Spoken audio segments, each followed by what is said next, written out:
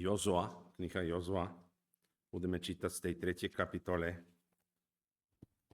celú tú kapitolu. Jozua, 3. kapitola od 1. až 17. verš a z úcty Božieho slova prosím vás, aby ste povstali. Jozua, kniha Jozua, 3. kapitole od 1. verša po konci budeme čítať Božie slovo. Jozua vstal skoro ráno a rušali sa zo Šitimu a prišli až k Jordanu, oni všetci synové Izraelovi, a nocovali tam prv, ako prešli cez. A stalo sa po 3 dňoch, že prešli správcovia stredom tábora a prikázali ľudu a rekli, keď uvidíte truhlu smluvy Hospodina, svojho Boha, a kňazov Levitov, že ju nesú, vtedy sa aj vy pohnete zo svojho mesta a pôjdete za ňou. Ale bude vzdialenosť medzi vami a medzi ňou okolo 2000 laktov, čo do miery. Nepribližte sa k nej, aby ste znali cestu, ktorú máte ísť, lebo ste ešte nikdy neišli tou cestou. A Jozua povedal ľudu, posväťte sa, lebo zajtra učiní Hospodin divy vo vašom strede. A Jozua povedal kňazom, vezmite truhlu zmluvy a idte pred ľuďom. A tak vzali truhlu zmluvy a išli pred ľuďom. A Hospodin riekol Jozuovi, tohoto dňa tak začnem zveličovať v očiach celého Izraela, aby vedeli, že ako som bol s Mojžišom, tak budem i s tebou. A ty prikažeš kňazom, ktorí nesú truhlu zmluvy a povieš im, keď prejdete až na pokraj vody Jordana, zastavíte sa a budete stáť v Jordane. Potom povedal Jozua synom Izraelovým, pristúpte sem a počujte slova Hospodina svojho Boha. A zase povedal Jozua, po tomto poznáte, že ja, silný Boh, živý vo vašom strede a že istotne vyženie spred vašej tvary Ramnej, Kananeja, Cheteja, Heveja, Ferezeja, Gergezeja, Amoreja a Jabuzeja. Hľa, truhla zmluvy Pána celej zeme pôjde pred vami do Jordana. A tak teraz vezmete si 12 mužov z pokolení Izraelových po jednom mužovi z každého pokolenia. A stane sa, keď spočinú stupy noh kňazov, ktorí nesú truhlu Hospodina, Pána celej zeme vo vode Jordana, že budú odrezané vody Jordana, vody tečúce od hora a budú stáť na jednej hromade. A stalo sa, keď sa ľud pohnul zo svojich stanov, aby prešiel cez Jordan a kňazi, ktorí niesli truhlu zmluvy pred ľudom. A keď prišli tí, ktorí niesli truhla až k Jordanu a nohy kňazov nesúcich truhlu, zamočili sa na kraji vody a Jordan býva preplnený, takže rozlieva vody na všetky svoje brehy, každoročne v dobe žatvy. Že sa zastavili vody, zostupujúc od hora a stali ako jedna hromada na veľmi daleko pri meste Adame, ktoré leží po strane Cartana, a tie, ktoré zostupujú k moru púšte, k slanému moru. Odtekli celkom a boli odrezané a ľud prešiel na miesto naproti Jerichu. A kňazi, ktorí nesli truhlu zmluvy Hospodinov, stáli na suchu prostred Jordana, nechýbajúca, a celý Izrael všetky išli po suchu, dokiaľ neprešiel cez Jordan celý národ. Potiaľ tu z Božieho slova. Nech sa páči, môžete si sadnúť, bratia a sestry. Ja som túto tému moje kázne nazval Prechod cez Jordan. To bola prekážka, posledná prekážka, aby Boží ľud vstúpil do zasľúbenej zeme. A chcel by som povedať, že z tejto prečítená slov chcem sa sústrediť na 3 veci. Áno, ten Jordán, predtým ako ich poviem, čo sú tie 3 veci, chcem povedať, že ten Jordán symbolizuje nielen prekážky, problémy, ktorými čelíme v našom živote. Ano? Všetci my máme prekážky nejaké, či to manželstvo, zbor, alebo jednotlivci, keď v práce, v službe, v živote sa stretávame s vážnymi prekážkami. Veľakrát sú tie prekážky ako Červené more. Veľakrát sú tie prekážky ako reku Jordán, ktorá nebola len tak, ako niektorí z vás ste boli. V Izraele není tá veľká reka, nejaká veľká reka, ale viete, tam je napísané v tom čas, keď sa topili sneh tam z Libanone a prichádzali veľké vody, tá reka sa vylievala, čiže bolo množstvo vody a nemohli ľudia, deti, ženy prejsť ľahko cez tú reku. To bolo prekážka. Aj my sa stretávame s rôznymi prekážkami. A tak Pán mi dal takéto slova dnešného rána, aby toto slovo vás povzbudilo, aby ste mohli prechádzať cez Jordán s Božou pomocou, aby tie prekážky, ste prechádzali cez tieto prekážky. Zvíťazili na tieto prekážky. To je jeden pohľad posolstva. Druhý pohľad je, my ideme tiež cestujeme do nebeského Kánána. A tá reka Jordán je tá posledná prekážka, smrť, cez ktorý prejdeme a dostaneme sa do nebeského Kánána, Božej prítomnosti. A toto je slovo povzbudzenie. A my počujeme z tohto textu, keď prechádzame cez týchto skúšky a cez Jordán a chystáme sa ísť do tohto nebeského Jordána, máme 3 veci, čo nám pomôžu, aby sme prešli ten Jordán. A viete, ktoré sa narýchlo poviem a potom ich budem rozpracovať. Prvá vec je, Boh dal zasľúbenie. Dám vám túto zemu. Nielen, že dám vám túto zem, ale prejdete cez Jordán. Ja budem s vami. Ako som bol s Mojžišom, tam je napísané, ešte prečítame ten verš, aby ste videli, že tam je zasľúbený 7. verš. A Hospodin riekol Jozovi, tohto dňa ta začnem zveličovať v očích celého Izraela, aby vedeli, že ako som bol s Mojžišom, tak budem i s tebou. Potreboval Jozua takéto zasľúbenie.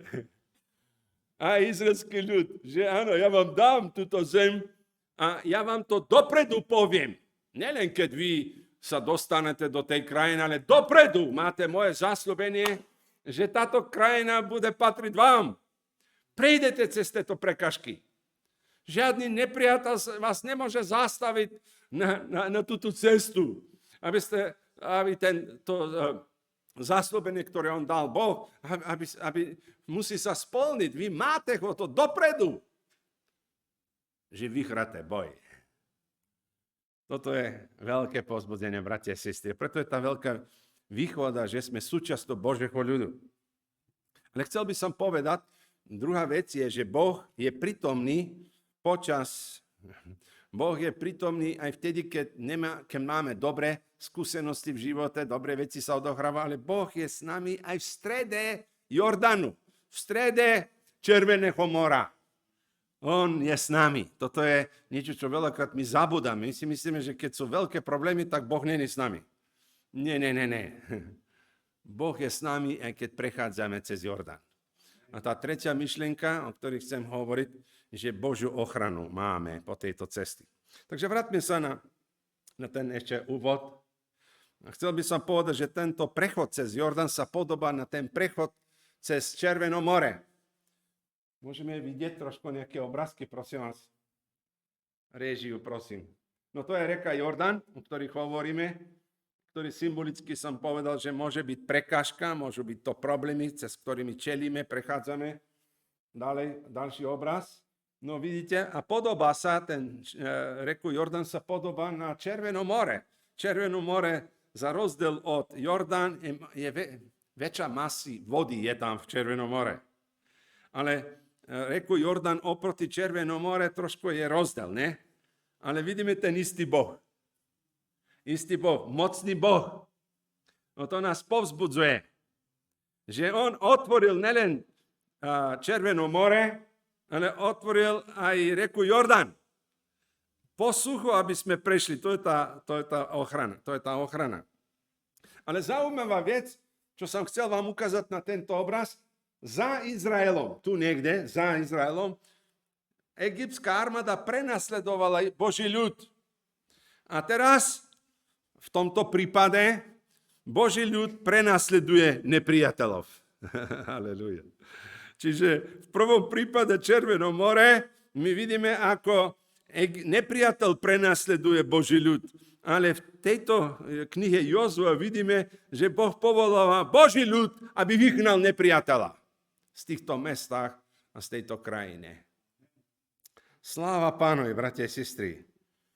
Čiže nevadí, či je nepridal za vami, alebo vám je v prítomnosti deste, alebo Boh chce, aby sme vyhnali nepriateľa. Chcem vám hovoriť, že včera sme bojovali traja. Brat Števko Šamanov, jeden starší zo zboroja.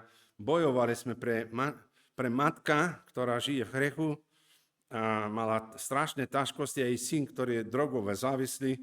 Obidvaja sa otvorili silami tme. A proste, keď sme sa aj pýtali, chcete byť slobodní? Viete, čo bolo odpoveď? Nechceme. Áno, lebo hovorí, treba opustiť cigarety, mám opustiť drogy, veci, čo ja mám rád, nechcem sa ich zdať. Ja som povedal, tak sme ukončili stretnutie. Poriadko.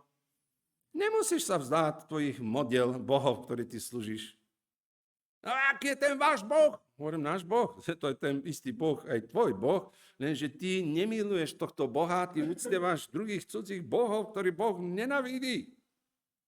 A hovorí, a prečo tvoj Boh, komu ty veríš, dovolí, aby mali deti trpeli? Prečo Boh dovolí, aby sme my trpeli? Prečo nám nepomôže? Áno, ale ty neveríš tohto Boha. Áno, neverím, lebo keby Boh bol, on by riešil problémy. No hovorím, dobre, dajme Boha na bok teraz. A koho máš obviniť, že sú ťažkosti? Koho obviníš teraz? Dajme Boha na bok. Ale aby som skratil celú tú vec, keď nechcel a odišiel vonku modlitebne, ale my sme poslali Štefana, aby išiel tam s nimi, aby nám nerobil problémy. A keď sme sa modlili za jeho matku, tak zrazu mráz, prišlo zima, jej bolo, trasla sa a 2 démoni odišli od nej preč. A jej syn to videl. Ale obidvaja povedali, my nechceme, ešte je to príliš skoro pre nás odovzdať veci, čo milujeme Bohu. Vidíte?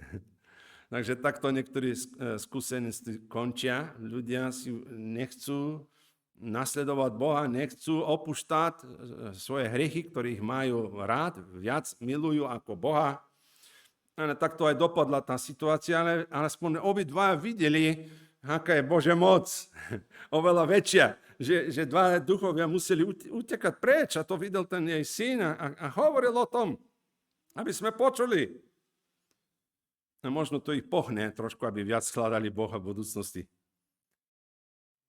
Vráťme sa na prvý bod, že Boh dáva zasľúbenie. A je toto radostná správa. Boh, keby sme spočítali, koľko sú zasľúbenia v Biblii? Je niektorí z vás, ktorí ste čítali a viete? 7,000 zasľúbenia. Aspoň to, čo som ja čítal, ľudia, čo hovoria. 7,000 zasľúbenia. A množstvo z týchto zasľúbenia sú už splnené. Ešte trošku len zostáva Bože zasľúbenie, ktorý Boh je verný. On naplní svoje zasľúbenia. Cirkev Božia, brato a sestra, tak je niečo povzbudzujúce, niečo, čo buduje vašu nádej, posilňuje vaše nádej. Sú Bože zasľúbenia. On ti zasľubuje. A kto je ten, ktorý ti dáva také zasľubenie? Ten, ktorý stvoril nebo, zem. Ten, ktorý povedal vetru a vetr sa utišil, búrke zastavil. Len rozkaz dal a počúval ho vietor, počúval ho búrka. To je ten, ktorý ti sľubuje. Nám dal zasľubenia a preto, keď čelíš tomuto Jordanu, a možno nielen čelíš Jordanu, ale možno prechádzaš cez ten Jordan. A pýtaš sa, kde je môj Boh? Prečo, Bože, ma dovolíš, aby som prechádzal cez také skúšky? A Boh ti hovorí, dieťa moje, syno moje, dcera moja, neboj sa, ja som s tebou.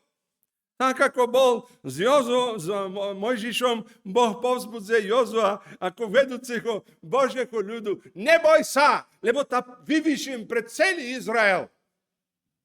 Ukážem svoju ruku. Privedem ťa do zasľúbenej zeme. Ja, Boh, som s tebou. A kto môže byť väčší proti teba? Ak je Boh s tebou. Takže máme takéto veľké povzbudzujúce slovo, ktoré moje srdce zapáľuje plný radosťou a pokojom, pretože žijeme v zlých dňoch, kedy sú len vojny, ale vidíte, že všetko, čo sa deje, hovorí, že ideme ku koncu. Ježiš príde pre svoju cirkev. A Boh chce, aby sme v tých skúškach, ako Izajáš hovorí, keď pôjdeš cez vodu, nezaplavia ťa, keď pôjdeš cez oheň, neschoríš. Pretože ten istý Boh nám dal zasľúbenia. On povedal, neboj sa, keď prechádzaš cez vody. Neboj sa, keď prechádzaš cez rieku Jordan. Ja som s tebou. A toto je zasľúbenie Bože, bratia a sestry. Dovoľte, aby som trošku na tú adresu niečo viac povedal. Áno. Najprv by som spomenul to, čo aj brat kazateľ Sergej spomenul, nastavenie. My sa musíme nastaviť, prejsť cez tú reku Jordan. To je duchovný zápas. A on hovorí, potom povedal, a chcem povedať, že archa zmluvy musela byť vzdialená od Božieho ľudu. Tam je 2000 laktov, čo je 914 metrov, čiže zhruba 1000 metrov vzdialený. A prečo Boh dovolil, aby archa bola prvá? Aby celý ľud Boží videl Boha. Jeho prítomnosť bol v archi. Prečo? No, bratia a sestry, to je to nastavenie. Keď ideme bojovať, čeliť, prechádzať cez Jordan, nemôžeš ísť ty sám. To je duchovný zápas. A musíš pustiť, alebo dovoliť, aby Boh bol na čelo v tvojom živote. To je to nastavenie. Ja nedokážem, ale Boh dokáže riešiť tento problém. A on bude na čelo, na prvé miesto v mojom živote. A viete, čo my robíme? My robíme opačne. My robíme sami to rešiť svojimi vlastnými silami. Viete, keby Izrael chcel svoju cestou ísť do zasľúbenej zeme, určite by tá cesta privedla na bezpečné mesto. Ale Boh tu hovorí teraz skrze svojich služobníkov, keď vidíte tú archu zmluvy, že duch Boží, ktorý bol prítomný v tej arche a jeho sláva tam bola prítomná, Božia prítomnosť, keď vidíte, že Boh vás pohne, aj vy povstante ho nasledovať. Keď Boh, žia sláva, chce zostať, aby taborovala, aj vy prestante kráčať, taborujte tam, kde Boh taboruje. To je to nastavenie, drahá dušo. Ty nemôžeš sám postaviť sa proti problémy, proti ten Jordan, Červené more. Nemáš šanci, aby si zvíťazil. Nemáš šanci sám svojou cestou, svojimi silami to riešiť. Tak ako včera ten chlapec hovorí, ja mám slobodnú voľu, ja dokážem sa dostať z drogy. Ja hovorím, určite sa nedokážeš. Keď ideš svojou silou, svojou slobodnou voľu, tak kamarát môj, určite spadneš. A teraz máš šancu, aby sme ťa poslali do Teen Challenge, alebo stredisko drogové závislí v Serede, kde tam sú ľudia, ktorí podobne ako ty boli k drogám, ale Boh ich vyslobodil. A ty potrebuješ dlhodobnejšie sa pripravovať, aby si dal svoj život Bohu a on sa stal tvojim vodcom, lebo s Bohom môže zvíťaziť aj tieto skúšky. Nastavený si. Je Boh na prvom meste v tvojom živote. Pozeráš na neho každý deň. Izrael mal pozerať na Boha, na truhlu zmluvy a tam ju nesli kňazi a keď oni vstúpili, pretože keby Boh tam nebol prvý, tak Jordan by sa neotvoril. Keby národ išiel a za nimi Boh. Viete čo? Veľakrát my robíme kresťanov. Bože, ty ma musíš nasledovať. Ja idem sám a ty za mnou, Bože. Áno, nemáme opak, bratia a sestra, opačne nastaviť. pustiť Boha, aby bol na prvé mesto v našom živote. Aby on bol náš vodca, aby sme išli jeho cestami, ne svojimi cestami. I Božími cestami musíme kráčať. Len vtedy prejdeme cez reku Jordán, len vtedy vstúpime do nebeských Kánán. Ak je Boh náš vodca.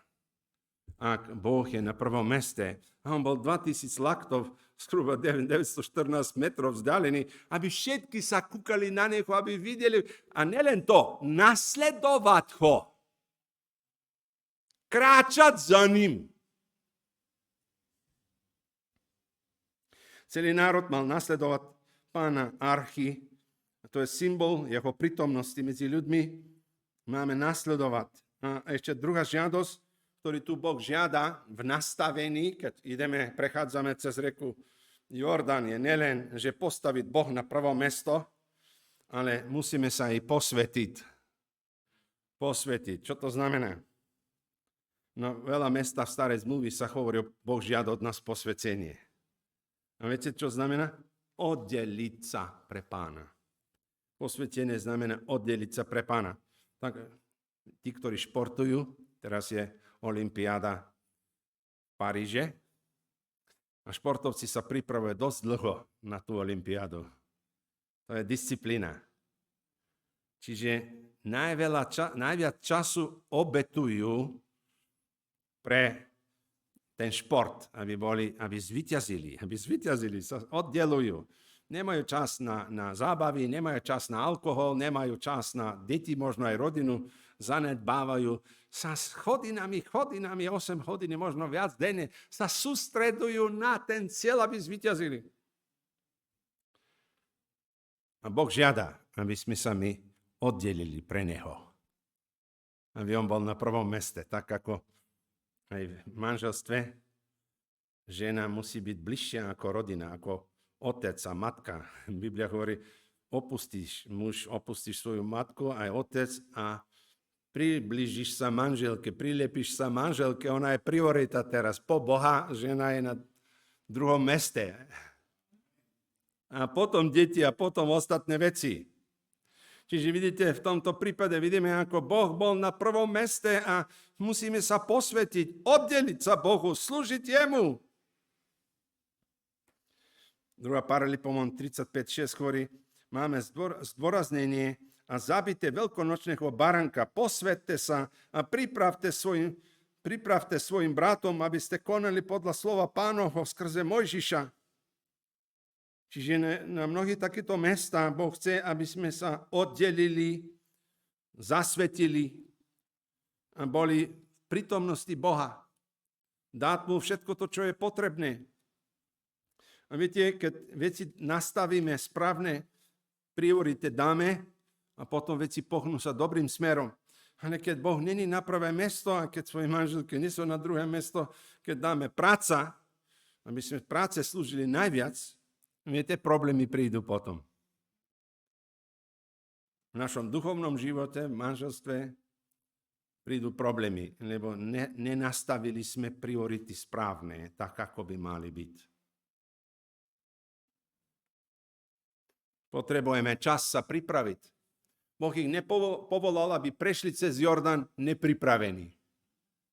Povedal, pripravte sa. Ešte tam bola aj telesná príprava, lebo viete, veci musia byť dobytok, všetky veci, zvieratá, museli to pripraviť fyzične, ale my hovoríme teraz o duchovnej príprave, ktorá je oveľa dôležitejšia ako fyzičnej príprave. Viete, tam nešli cvičiť do posilovne, aby prešli cez Jordán alebo cez Červené more. Tu bola tá duchovná pripravenosť. Boh im zasľúbil, že zvíťazia, ale oni sa museli posvetiť, oni sa museli nastaviť správne, aby mohli prejsť cez Jordán. Ako si nastavený, ty, drahá dušo? Pán sľubuje, ako som povedal. A viete, čo je tá dobrá vec? Že často Boh opakuje svoje zasľubenia. A my veľakrát, keď našim deťom zasľubujeme, otec, mamička, dáš mi to, dáš mi. Čakajú na zasľubenia, viackrát chcú počuť to zasľubenie.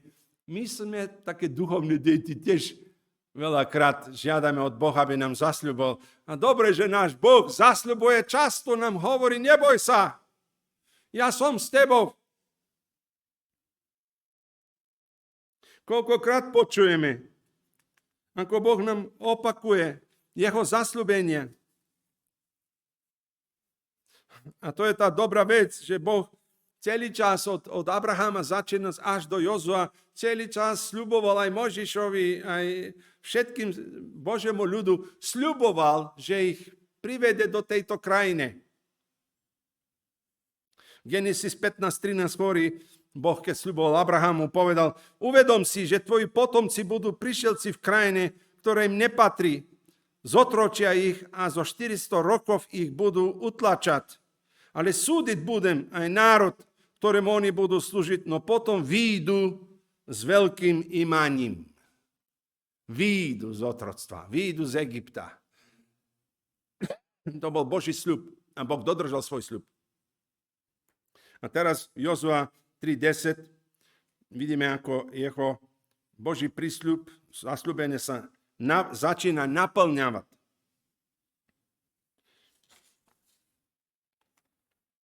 Čiže nielen Boh zasľubuje, ale on je verný svojim zasľúbeniam, on ich naplňa.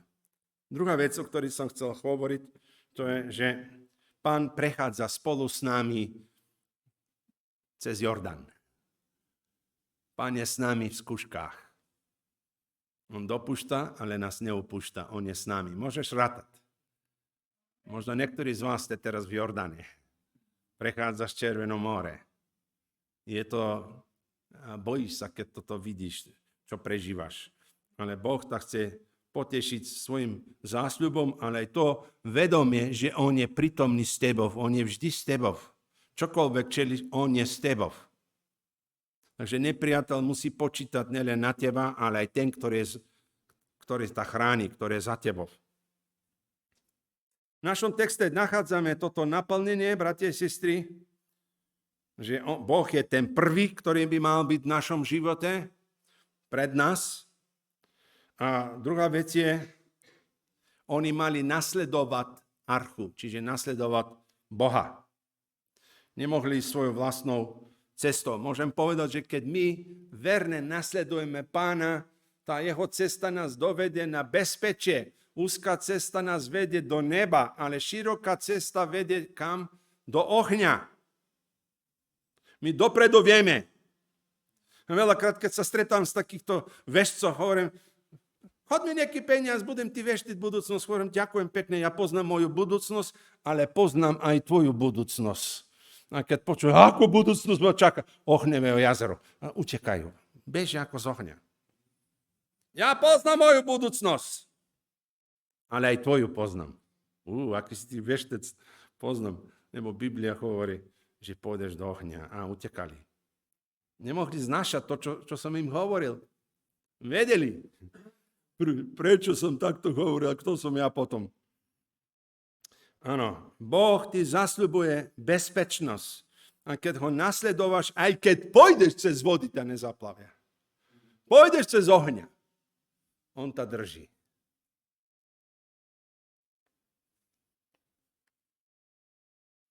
A viete, prečo máme istotu, keď prechádzame cez Jordan? Lebo náš vodca je Ježiš Kristus. On, keď bol na kríži Golgote, mal istotu, lebo Otec bol s ním. Aj keď na chvíľku ho opustil, keď zobral moje hriechy, naše hriechy na seba, ale stal z mŕtvych. Život zvíťazil nad smrťou, pravda zvíťazila nad klamstvo, láska zvíťazila, svetlo zvíťazilo nad tmou. Tma je sila, ale svetlo má väčšiu moc. Život má väčšiu moc ako smrť. A preto máme nádej na vzkresenie, keď prekročíme cez Jordán, aj smrť. Nemusíme sa báť, pretože smrť je len zaspať a prebudiť sa s Bohom. A toto je to povzbudzenie. Nemôže tam nič zastaviť, aby si nezískal ten nebeský Kanán. Ale aj ešte keď si na tejto zemi tu, Boh tam môže ochraniť, Boh je s tebou a prejdeš, prekonáš ten Jordán. A preto je napísané Jánovo Evangelium 14. kapitola 1. až 3. verš. Nech sa vám srdce nestrachuje. Verte v Boha a verte vo mňa. V dome môjho otca je mnoho príbytkov. Keby nebolo tak, či by som vám bol povedal, idem vám pripraviť miesto a keď odídem a pripravím vám miesto, zase prídem a poberem vás k sebe, aby ste vy boli tam, kde som ja. On je na druhej strane Červeného mora. Boh je na druhej strane rieke Jordán. A on nás chce zobrať tam. A viete, čo to je povzbudzujúce? Že Izraeliti nemuseli budovať mesta v Kanane. Ani pestovať vinicu. Niektorí iní to im zanechal. Oni mohli len vstúpiť v to dedičstvo. A to nebeská palác, kde je král kráľov. To dedičstvo sme získali skrze Krista.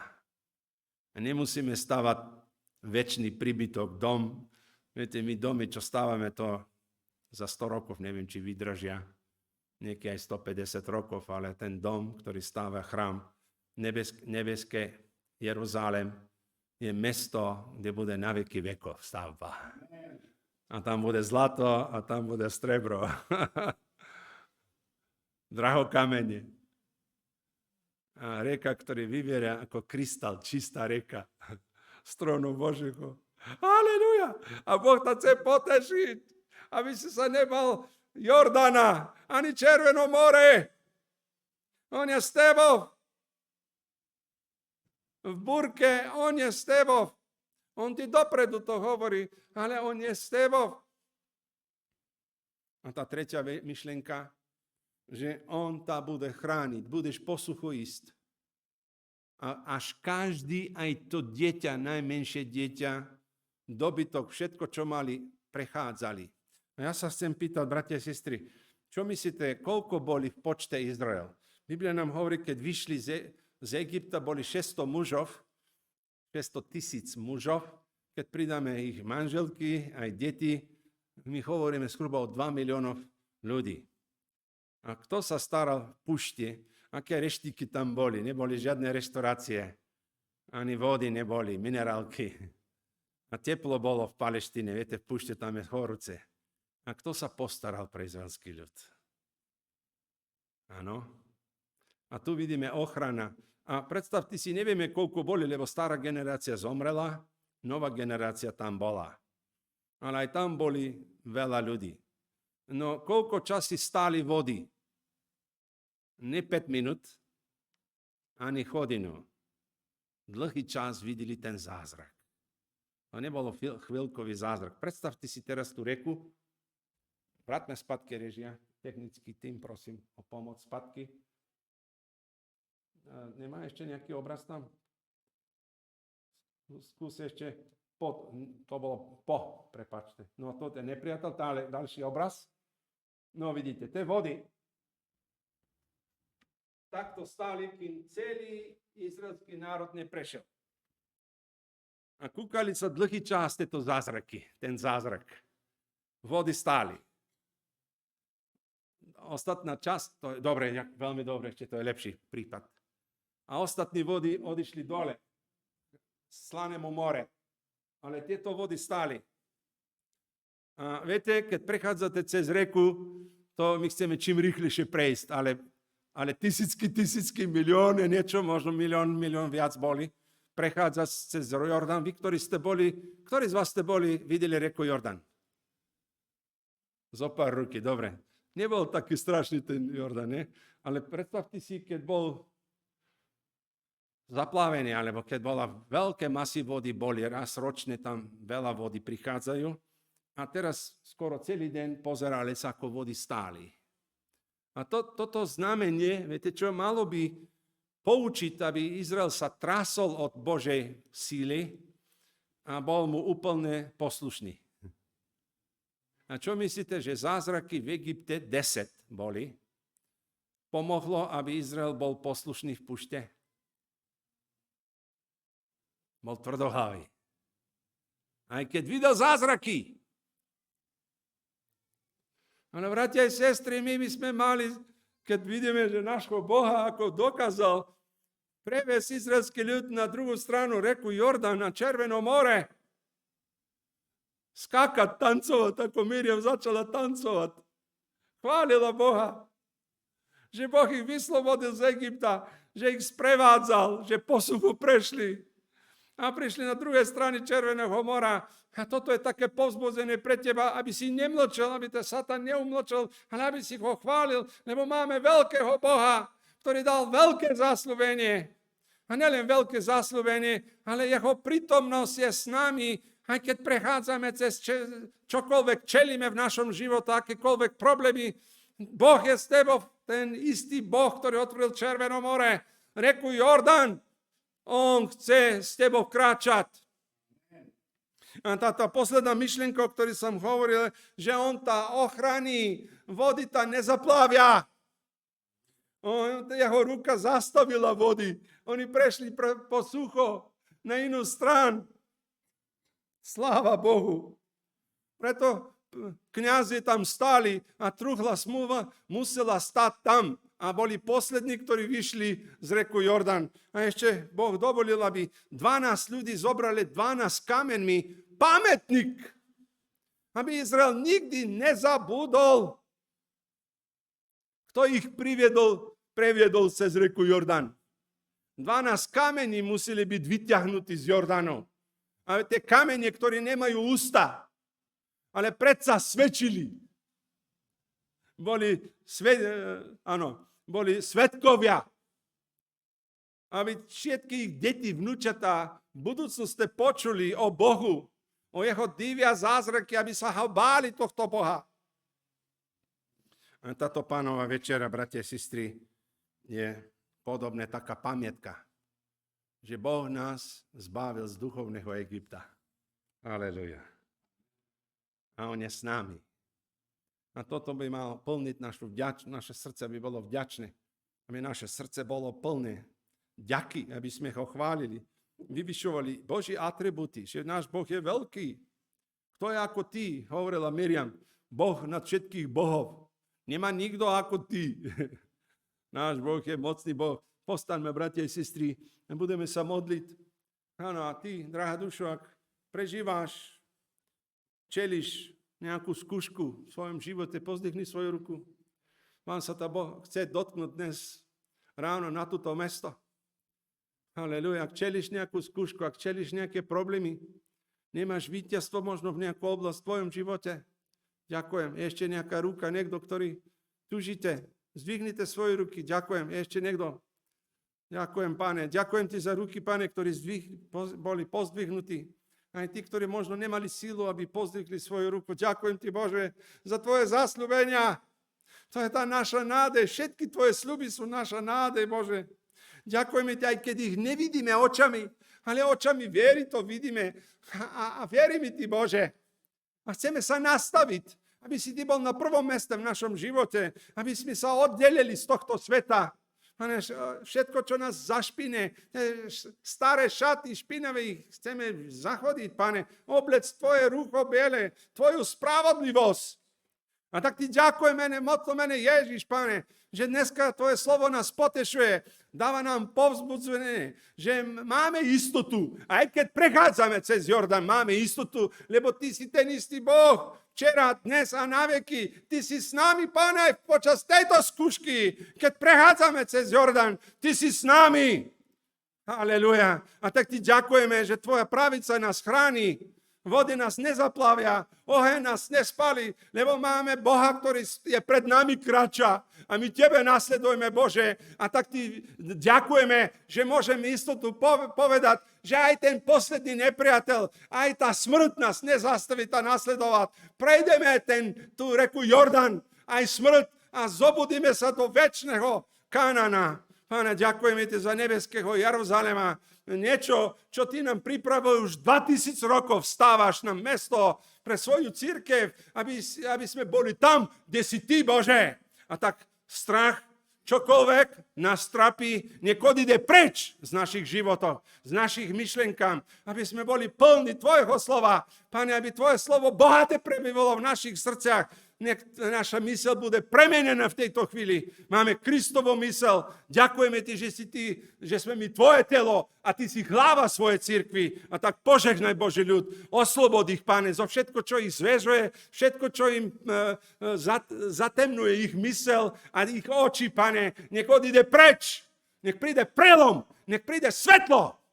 Nech prežijeme tvoju blízkosť, tvoju prítomnosť Svätého Ducha, aby naša duša, naše srdce pretekalo, naplňalo sa tak, ako rieky Jordán, reka bola preplnená, nech naše srdce sa preplní tvojou prítomnosťou, Pane, aby sme sa v tebe kohali a tebe ďakovali. Ďakujem ti, že si nám dneska hovoril, Pane, tieto slova nás potešujú, povzbudzujú v mocnom mene Ježiš. Amen.